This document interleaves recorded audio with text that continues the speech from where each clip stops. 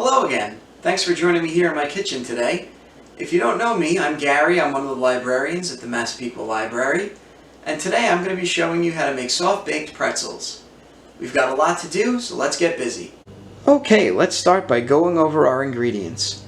We're going to need 1 packet of yeast, a tablespoon of sugar, 1 teaspoon of salt, 2 tablespoons of softened butter, 1 cup of warm water, 2 3/4 cups flour, some coarse salt for putting on our pretzels, 5 teaspoons of baking soda, and at least 4 cups of water for boiling. We need to begin by activating the yeast. To do that, we'll simply empty the packet into the bowl of water. You'll also want to add about a tablespoon of sugar to this. This will give the yeast something to eat while it activates.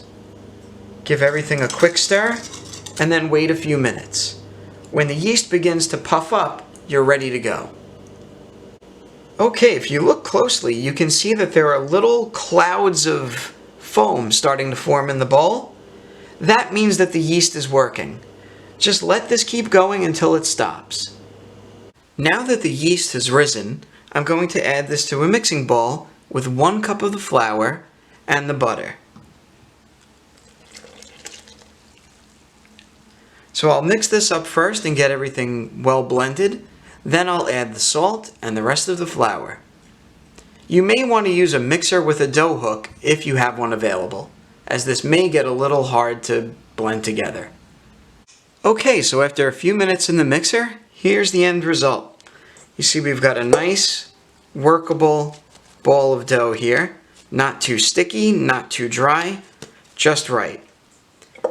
You may find that you have to add a little more water while you're doing this.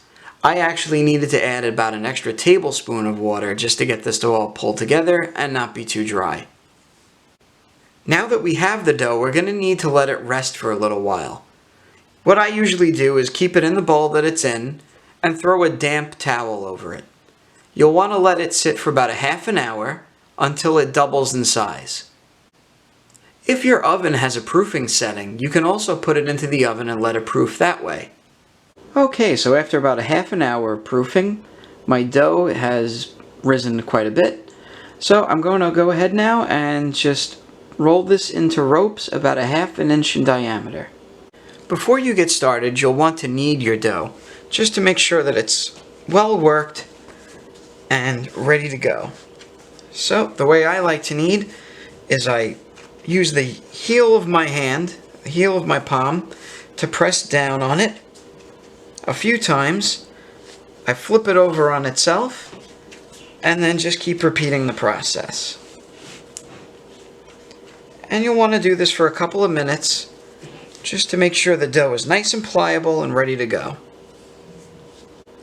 Now that the dough is kneaded, I'll go ahead and divide it up. So you're just going to cut this into about 6 pieces to start with. And try to keep them as evenly sized as you can. It's best to put the pieces you aren't working on back into the bowl and put them away somewhere where they won't dry out. So now we'll go ahead and roll this piece of dough out into a rope. Just work the dough back and forth with your hands until it makes a rope. Each pretzel you make is going to use about half of a rope. To form your pretzel, start by taking one end and making a loop out of it. Take the other end and form that into a loop as well, until you have something resembling a U. Take one end and fold it over until it touches one side here, and then take the other end and fold that over as well. It takes a little practice to get right, as you can see, but eventually you'll get a basic pretzel shape. You may need to wet the ends of these to get them to stick to the rest of the dough. Okay, so after about 10 minutes of trying to twist up these pretzels, here's the end result. Not too bad if I do say so myself. Once you have all your pretzels twisted up, you'll want to let them rest for about 3 minutes. While you're preparing the pretzels, get a pot of water boiling. Once it boils, you're going to add 5 teaspoons of baking soda. We're going to be boiling these pretzels for about a total of 2 minutes. The baking soda in the water is what gives the pretzels that nice pretzely taste, and also makes them nice and glossy on the outside. Once your water is boiling and ready to go, you'll want to start putting in the pretzels a few at a time. Okay, so you see my pretzels floating around in there. We're going to let them boil for about 2 minutes, and you'll want to just make sure that they don't stick together. After about a minute, you'll want to do your best to try to flip them all over. As you can see, they're floating, so the tops really aren't getting boiled. After about 2 minutes in the baking soda bath, your pretzels are ready to remove. Put them onto a greased cookie sheet and bake them for 12 to 15 minutes at 475 degrees. You'll want to salt your pretzels once you get them out of the water and they're still nice and damp. So an interesting little thing happened while I was making my pretzels. If you look closely at the bottom of my pot, you'll see that it changed colors. I can only assume this is some kind of a reaction between the baking soda and the aluminum pot. So maybe don't use an aluminum pot. Okay, 15 minutes later, actually a little bit less, and here's our finished product. Looks pretty good, right? Okay, let's try breaking one of these bad boys open. Let's see how they look.